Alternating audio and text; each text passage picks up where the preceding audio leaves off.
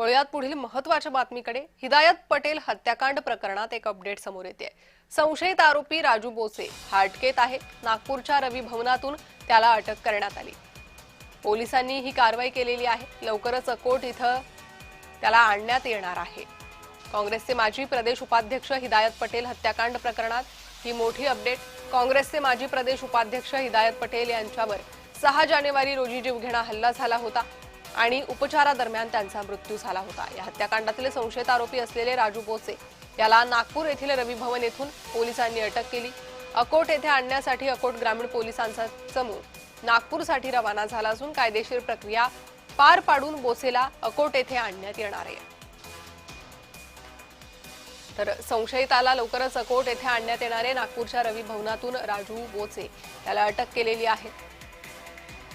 सदर पोलिसांनी कारवाई केलेली आहे। हिदायत पटेल हत्याकांड प्रकरणात तो संशयित आरोपी आहे। नागपुरात पोलिसांनी ही कारवाई केली। आता लवकरच या संशयित आरोपीला अकोट या ठिकाणी आणण्यात येईल। हिदायत पटेल हत्याकांड प्रकरणात ही मोठी अपडेट।